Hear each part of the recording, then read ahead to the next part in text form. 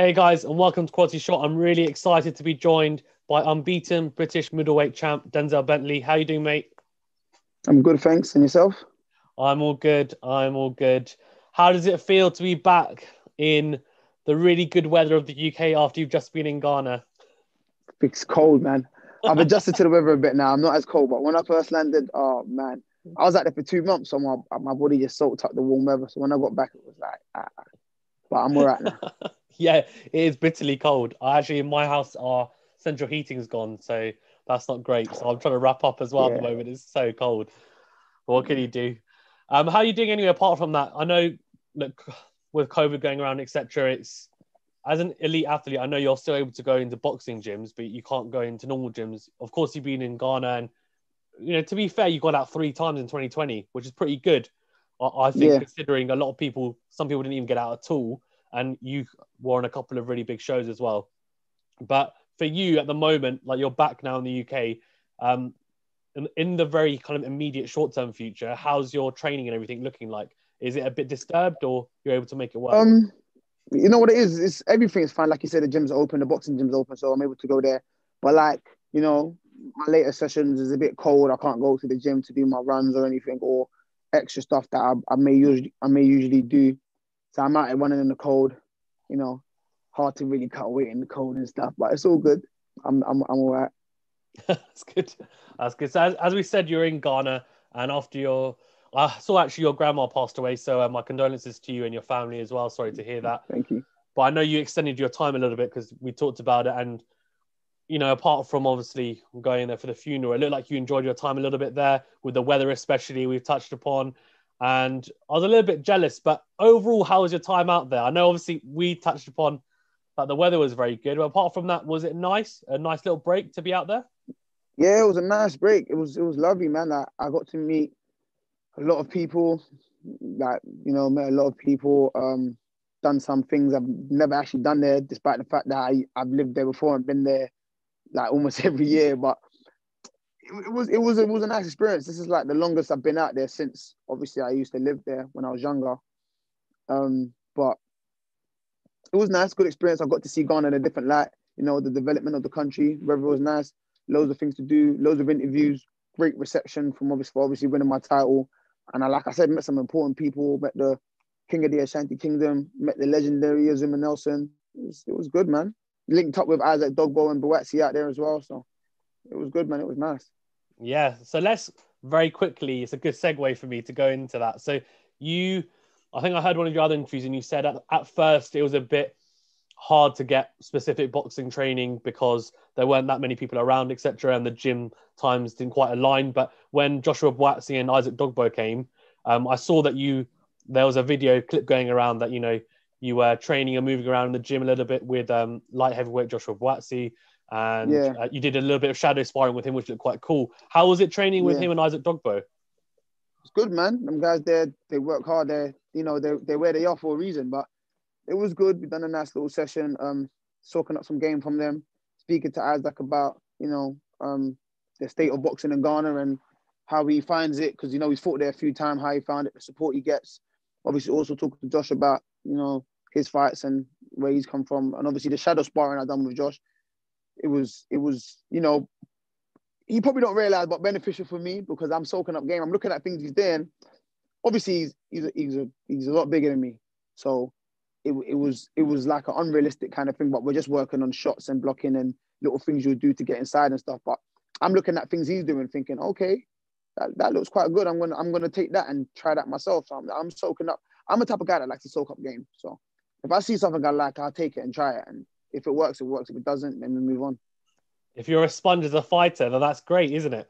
You pick up Yeah, little things exactly. from everyone, so that's fantastic. And I think that outlook and attitude that you had, like you just said, about picking up things from different people, it's a really good open mindset to have. That you know what, I'm not the finished article yet, and I can keep on adding and improving.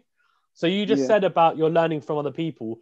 How much have we seen? If you, from a percentage, let's say, with 100% being the finished article, what percentage are you at the moment in terms of your career, in terms of your progression? Do you think as a fighter? 50%. 50? Yes, a lot more to come. 50%. Yeah. A lot more to come. Like there's things I do in the gym that I haven't even been able to do in a fight yet, because obviously a fight situation is different, and obviously you're no longer practicing things. You just got to do, what you feel will work at the time. But I feel like as fights go on, the more experience I gain, and the more, just the more I'm out under those lights, I'll be able to do more and show more in different fights. And I feel like I can fight any way I feel like I need to fight. So if I need to move, I can move. If I need to stand my ground, I can. If I need to, like, I think I showed that in my last 2 fights anyway. So I just feel like there's a lot more to come. And the reason why I say the things I say and call the people's names that I call is because I believe in my talent. And I know, like you said, I'm not the finished article, but there's so much more to come. I know I can learn so much more, because I ain't been boxing that long, to be honest. Like, probably my 7th year in boxing, amateur and pro. I had my first amateur fight at 19. 25 now, obviously. 3 years as a pro. We've just gone into like my 3rd year as a pro, and look what I've achieved. So imagine another 3 years, like how much I can achieve. I think I've learned quickly, so I feel like there's a lot more to come, man. And I'm still young and fresh, so my body can take it. Yeah, 100%. 100%. Yeah, that's amazing, as you said, amateur at 9. Sorry, you turned pro at 19. And yeah, No, I had my first amateur fight at 19. Oh, sorry, yeah. Sorry, you did say, yeah. That is ridiculous, isn't it? Amateur fight at 19, your first amateur fight. And then the progression to now British middleweight champion is just incredible, I think, that trajectory. So, no, fair play, mate. That's really is incredible. And I'm sure, as you said, you're on the upward trajectory and you're going to keep on improving. Let's touch upon then actually those 2 fights against Mark Heffron, because you very briefly touched upon them. So that first fight, big fight, British middleweight title. He was the holder of it at the time. Ended in a draw, and you said you can fight in different ways. And in that fight, I think you boxed a little bit more, boxed smart, intelligently. That's kind of how I saw it a little bit. I'm assuming you were a little bit disappointed with the draw, and you thought it should have swung your way. But in that second fight, obviously it looked like you took a more aggressive approach, and you took it out of the judge's hands, and you stopped him really emphatically in that second fight. Did you think after the first fight, you know what? It didn't quite go my way. I thought I won it, but maybe I need to be a bit more proactive and be a bit more aggressive and go for the knockout a little bit? Was that your approach going into the second fight? Yeah, kind of. I feel like in the second fight, I just felt like I'm gonna make him feel me a little bit more, because I didn't let him, feel what I could do. Like, he didn't know what I possessed, and I felt like in the first fight, I took his best shots and ate it, and he didn't take mine. So I felt like if I hit him with my, best shots, or stiffen up my shots a bit more, he probably won't be able to handle it, because the shots that I was hitting him with in the first fight, I could see it was hurting him because he was wincing a little bit, but I wasn't holding my feet. So there were shots on the move and a lot of arm shots, and it marked up his face a bit. I hit him some good body shots. I know he felt them. So I thought, if I stand my ground and actually put my shots in, he's not going to be able to take it. And I showed that, like, despite of his eye gang, like, it kept him off a bit. He wasn't walking forward like he was in the first fight. He wasn't walking through my shots like he thought he would. Every time I hit him, he kind of stood off, and it became, my game at length. And eventually I managed to get him out of there. Yeah, that was a really, really impressive performance. And now, as you said, you started calling out people because you can, right? You've got that title. You're unbeaten. You're on that upward trajectory, as we've said. Let's get straight into the nitty gritty, because as soon as I saw that the British Board of Control ordered yourself and Felix Cash, I remember I DM'd you on Instagram saying, but the potential of that fight is a cracker. Are you looking at that fight next, though? Or are you looking at something different? They said that was next. No, they said that was next. The board have ordered it. It's going to purse biz. Let's see what happens. Yeah. For me, like, I feel like the better the fight, the better I am. So, yeah. So when I fought Mark for the British, they said the winner has to face Felix Cash. So that's been a fight that's been, not on my mind, but like a potential, but that's been a potential fight since I won the British. So every time someone asked me, I've been like, yo, it's probably Felix Cash. We'd see how it goes. Purse bids don't really mean anything until it gets, to that point where, the promoters bid, someone wins, and then both teams accept, because anyone could pull out at any point. But I'm not vacating, so I'm not pulling out. But I know they're looking at the European champion, which is an easier fight and a bigger title. So, it is what it is. If they go that way, it is what it is. I'm not crying and I'm not complaining. I've got the belt, so I'm still in a position to do what I'm doing. It's not like I'm fighting him for the belt and I don't get my shot. I'm the champion, so whatever happens. If he takes it, I'm happy. If he doesn't, then we move on. It doesn't bother me. But it's definitely a fight that I'm interested in. I think it'll be a big fight. Yeah, no, I agree that he's obviously you're big with BT and he's big with Sky, and he's got a Commonwealth belt as well, so it would be a unification fight, another belt that you can pick up along the way even. And yeah, I think that would be a great fight. In terms of, I don't want you to go too much into it because if it does happen, I don't want you to give away a game plan or technically, and you might not have even sat down and thought about it. But in simple terms, if you two get into the ring, what happens? I win. Yeah? By any means necessary? Yeah. By any means necessary. Nice. I like to hear that. Like to hear that attitude. It's good. And actually, an interesting one, which is not to do with you guys, but, obviously Frank Warren and Eddie Hearn have got this little, to and fro, and, they're not, let's say they're not on the best of terms, but they do work together, and they're two, incredible promoters. For example, if Eddie was to win that purse bid, I'm assuming, you would be open to going on Sky or vice versa if Frank was, that's not an issue. It's just they'll work together for that fight. What do you think? Well, I know on my side I'd have to, otherwise I've got to vacate that belt. And you don't want to. Exactly, yeah. No. So on my side, as I said, on my side, the fight happens. Yeah. It just depends what they come up with. Like, if they don't win the purse bids, I don't know, would forget. Sorry, you still there? Sorry. Yeah. Forget Felix Cash. Forget Eddie Hearn not letting him fight because he might let him fight. Would Felix Cash want to fight on BT? You never know. You know what I'm trying to say? It's just all. Yeah. It's all about, what these people want to do with their careers and where they want to go and where they want to fight. Like, at the end of the day, it's not by force unless you actually want that title. But on my side, it doesn't matter which way it goes. I'm fine. Yeah, no, that's really good to hear. That's refreshing, isn't it? That you're just like, it doesn't matter. I'm not going to vacate. Whoever is next, let me have them. I think I'm single-handedly making the division interesting. I don't know. I don't know. Yeah. I think, I'm the only one that wants to fight. Like, everyone in the game, everyone else just wants to fight, like, international fights and, build the way up, which is cool. But listen, I want some interesting fights. Like, I'm out here to make history. Like, in the game, I want to be one of the best fighters to come out the country. And you can't do that by not fighting people in the country. You know what I'm going to say? So. Okay. So you're saying that you want to be one of the best fighters to come out of the country. So if you had a crystal ball and you're looking into it and you got your ideal scenario for Denzel Bentley, what does it look like long term? What are you looking to do?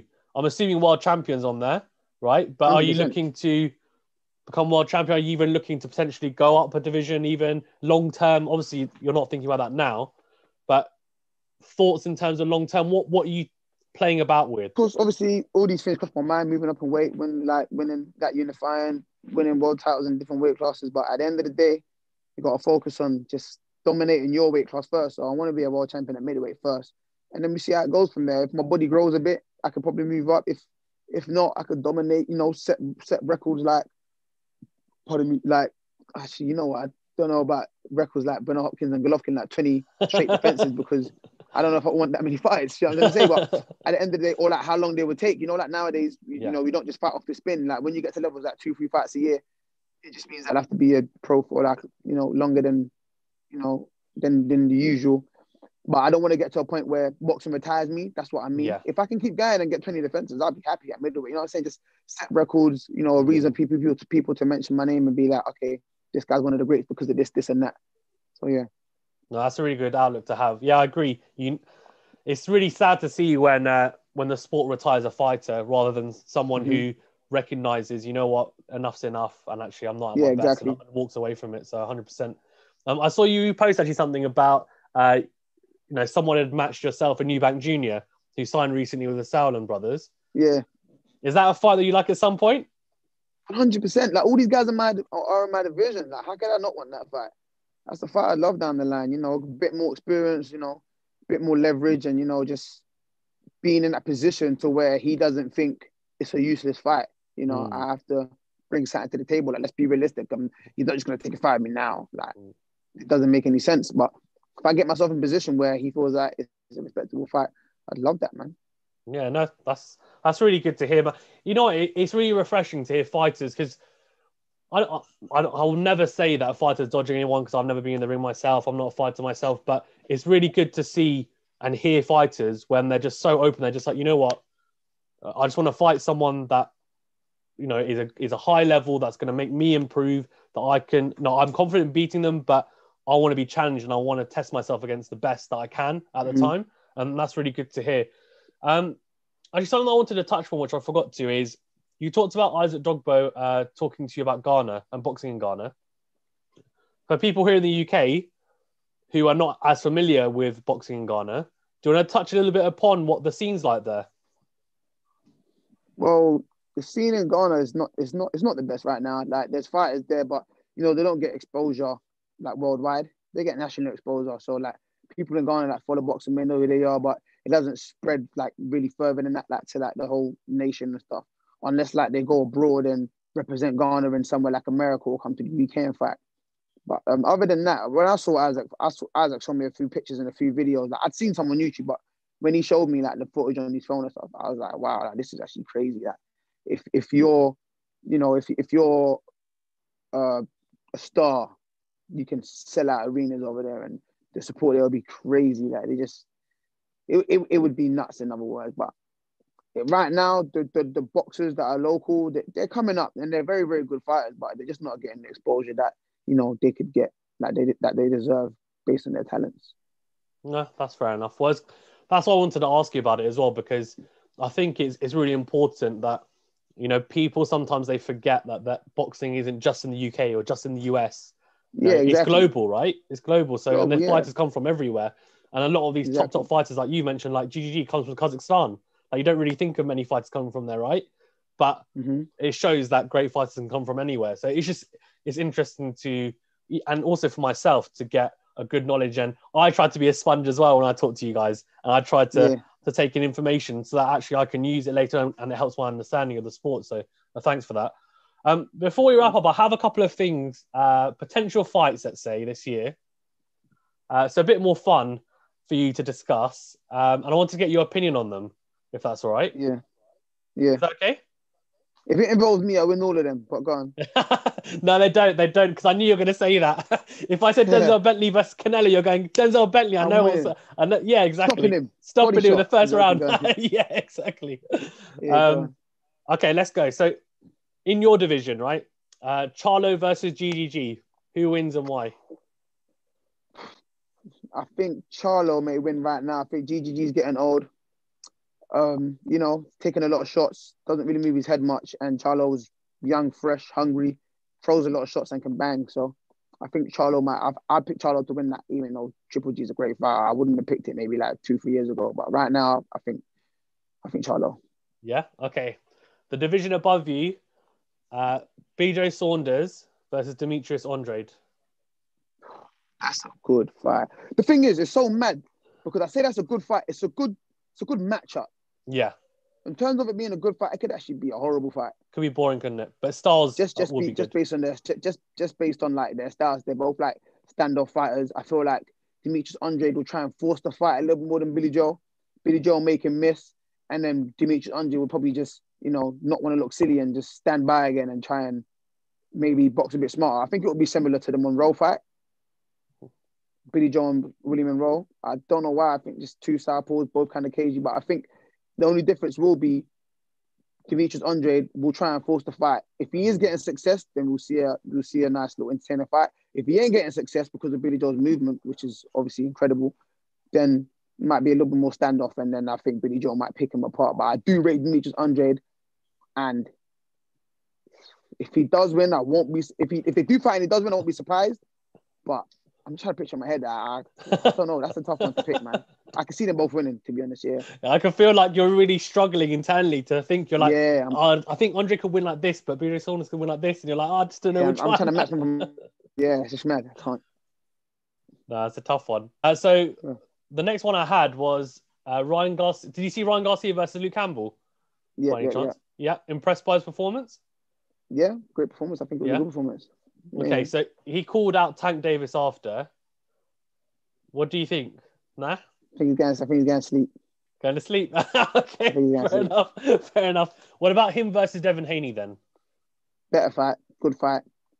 I think that's a good fight. I don't know. I think, you know, so mad. Everyone rates, out of the four of them, I think everyone rates Ryan Garcia the least because of his demeanor, like his aura, like he's just a bit Disney Channel-y and Nickelodeon kind of guy. I might have to use that Disney Channel. Yeah, like if he wasn't a boxer, he'd definitely have his own show on Disney Channel. Do you know what I mean? But He's a good fighter, and even though Haney's world champion, based on the opponents they fought, I'd put him above Haney. But I do rate Haney, but just based on the opponents they fought, I put Garcia above Haney. But it's a good fight. I think Haney can beat him, especially the fact that in the last 2 amateur fights, Haney won. I think Haney is better. Like if you're just basing it on the eye, I think Haney's a better fighter. But if we're basing it on the opponents they faced, I'd rate Ryan Garcia above Haney. Okay, so I want to put you on the spot then. So if you had to rate those 5 fighters, so if we talk about Teofimo Lopez, Gervonta Davis, Devin Haney, Ryan Garcia, and Lomachenko, how are you rating them 1 to 5? See, the thing is, everyone keeps putting Gervonta Davis in that mix, and that just shows how good he is. He's only had one he's a fight. 130 pounder. Yeah. He's a 130 pounder. He's made 130 pound his last fight, and he's only made 135 once. You know what I'm trying to say? He's a 130 pounder, but he can move up. So I put Teofimo first because obviously he's undisputed champion. Then I'd put Tank there. Then I'd put Lomachenko. Then I'd put Ryan Garcia. Then I'd put Devin Haney. Okay. Like, that's interesting. Everyone, I've been asking people, and they've got slightly different. Everyone thinks slightly differently, but I agree with you because Gervonta Davis, that point about he's only fought once at 135 at lightweight, right? Otherwise, he's been fighting at 130. So it'll be interesting to see how he fights at 135 against a decent opposition, which I'm sure he will. And, but out of the 5 of them, Tank's my favorite. I do rate him the most, but like just because he's my favorite, it doesn't mean I've got to be blind to what's going on. Like he's got a regular title. Teo's got the full title. He dethroned the best in the division. He's number 1 in the lightweight division right now. Like, can't get it twisted. That's just what it is. Well said. And I think the big one, which I'm sure everyone's talking about, and everyone keeps on saying it's done, but it hasn't been fully confirmed yet. Hopefully it is. But for the UK, it's a big fight. AJ versus Fury, or Fury versus AJ, however you want to put it. Apparently, it's about 99% done. So everyone keeps on telling me. Who wins and what? It's just not done. But, yeah, exactly. Who wins and why? I think Fury is the better boxer. Well, I don't think he is the better boxer. Like, more awkward, more rangy, more to his game, can box on the back foot, can run you over because he's about 7 foot and 9 stone. But I'm an AJ guy, man. I've been an AJ guy for a very long time before, Fury. Like, obviously, I've always thought Fury was good. I've always backed Fury against like everyone else. Like, I've always thought he was good, but I wouldn't say I was a Fury fan. I just knew I'm an AJ fan, so I'd pick AJ, but I do think Fury is the better boxer. So just because I'm an AJ fan, I'll pick AJ. But Fury's like I'll be more surprised if AJ wins than Fury, but I'm siding with AJ. Okay. But I think the only way AJ wins is to knock him out, by the way. Okay. Which is going to be difficult. Fury's that good. Yeah. Well, was it Tyson Fury said? I think it was. Was it Brendan Ingalls said you have to nail him to the canvas? Yeah, nail him to the canvas. Yeah. Yeah, to beat him. And actually, sorry, before, if it's all right, just for a couple of minutes, because you talked about, at 19 you had your first amateur fight. So then, what made you get into boxing? Because it's a bit of a late start, right? It is a late start to boxing. So what made you at that age think, you know what, I'm going to go into boxing? When I was younger, my brother bought like a set of boxing gloves and headgear. Like, with no interest in boxing, just wanted to charge people to fight each other. But we just ended up fighting each other in our blocks in the area, outside, wherever. I was about 15 at this point. But then when I got to college, I met a friend that actually boxed, and he took me to his gym. And I kept kind of going back because I felt like everyone that was getting involved at that time, I was beating up. So I was like, oh, you should do boxing. But I wasn't really interested in it. I started watching Mayweather, Adrian Broner, and that. I was like, hey, you know what? I kind of like this. And then when I met my friend, he took me to his gym. And then, the rest is history from there. So it wasn't anything like you watched Dragon Ball Z and you're like, you know what? This looks really cool. Let's fight. I did used to watch Dragon Ball Z a lot, though. I used to watch Dragon Ball Z, but I did as well. I'm a big fan. That's what I thought about it. But yeah, no, that's really interesting to hear. It's just, because you said that you had your first amateur fight at 19, I was just thinking, you know what? So late start, it's interesting to see how people get into the sport. People start at different times, but your trajectory has been massive, and props to you for where you've got already, and I'm sure we'll see more big things from you, and hopefully some big fights. 2021 then, what does it look like, lastly, for you? British, European, and then on my way to a world title. Yeah. So you're thinking of ending 2021, basically looking to secure a title shot in 2022. Basically, yeah. Yeah. Well, I look forward to it, mate. I look forward to it. Really, really looking forward to seeing you out. Thank you so much for your time as well. I know it's been a bit difficult after coming back from Ghana, and you're really busy. But I managed to catch you finally. I managed to catch you finally. So thank you for coming on anyway. Keep warm. That's one. I will. Jacket on. Zipped up, ready. Warm. Yeah. Cool. Thanks very much, mate. Nice one. Take care.